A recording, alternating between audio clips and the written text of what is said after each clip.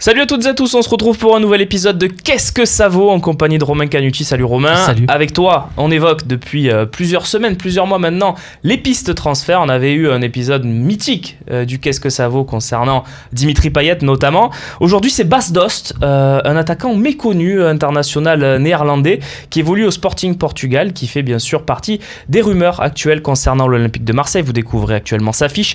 Romain, c'est un joueur qui a quand même marqué 31 buts cette saison.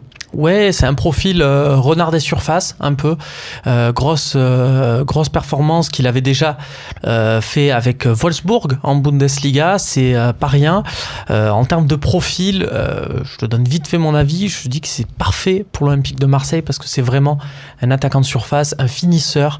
Et c'est pas un attaquant qui va te marquer un but tout seul, mais à l'Olympique de Marseille, c'est pas ce dont on a besoin. On a déjà des Payet, on a des Sanson, on a beaucoup de joueurs pour toucher le ballon. Ouais. Il nous faut un mec qui la mette au fond, c'est exactement ce qu'il fait. Il le prouve, tu le dis, avec 31 buts sur la saison, c'est pas mal. 1m96 aussi, ça va prendre des ballons de la tête, ça, Romain. Mais on va s'intéresser pour connaître sa valeur, parce que c'est le but de cette émission. Bien sûr. Sa valeur précise sur le marché, pour savoir si l'OM se ferait arnaquer ou pas selon tel ou tel investissement.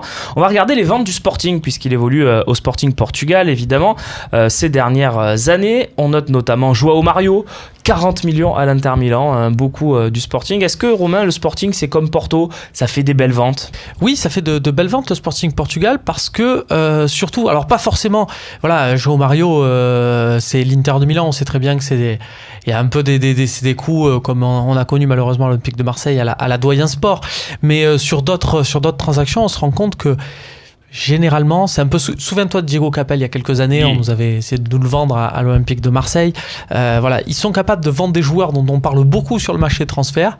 Ils font leur vente et derrière, on n'en parle absolument plus. Souviens-toi de Ricky van Wolfswinkel, attaquant hollandais, tiens, lui aussi, qui avait été vendu 10 millions d'euros à Norwich.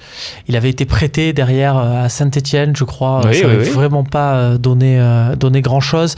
Donc voilà, ils sont capables de faire ça. Bruma aussi, un ailier portugais qui était pareil, un espoir. Ah oui, lui, il était promis un grand espoir. Et puis... Vendu 10 millions d'euros à Galatasaray, on n'en entend plus parler depuis. Donc ils sont capables de ces petites ventes là. Même Slimani, il a été vendu 30 millions d'euros l'été dernier à Leicester. Slimani, on peut peut-être comparer un peu plus à Bas Dost quand même, parce que c'est un attaquant. Bien sûr, et puis il a mis aussi pas mal de buts.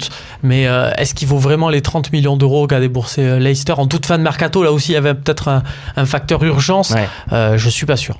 Pour compléter, Romain, les ventes maintenant des buteurs à plus de 30 buts, ou 30 buts à peu près, ces dernières saisons, ceux qui ont animé le marché des transferts. La saison 2016, il n'y a pas eu de gros buteurs qui ont bougé en fait.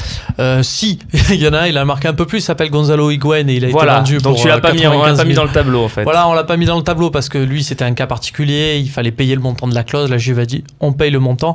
Mais si tu regardes par exemple Vincent Janssen qui évolue aux Pays-Bas à la AZ Alkmaar, on est dans une situation quasi similaire, championnat du Portugal, championnat des Pays-Bas. Voilà, 31 buts, il est vendu 22 millions d'euros à Tottenham. Slimani, on en a parlé. Gamero, là c'est différent quand même, c'est vendu un peu plus cher même s'il marque moins parce que on parle quand même d'un joueur qui joue en Liga, c'est un autre championnat. Mais voilà, si on regarde la saison précédente, Jackson Martinez qui avait mis 29 buts avec Porto, 37 millions à l'Atlético. Alors là aussi, transfert, Doyen Sport, est-ce qu'il y a des parts de transfert?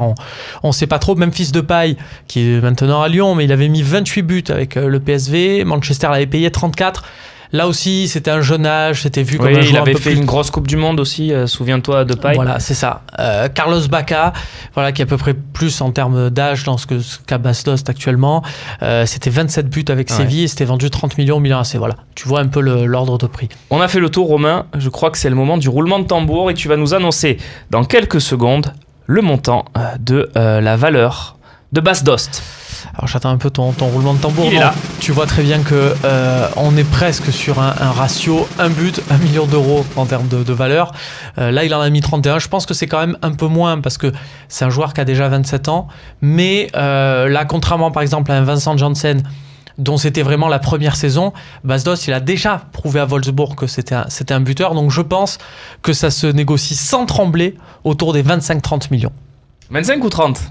C'est une fourchette. Tranche un petit peu. 27,5. J'ai envie de te dire 25. 25, très bien. Merci Romain. Ce qui est déjà pas mal. Ah, c'est énorme même. Merci Romain pour cet éclairage et à très vite pour un nouvel épisode de Qu'est-ce que ça vaut ?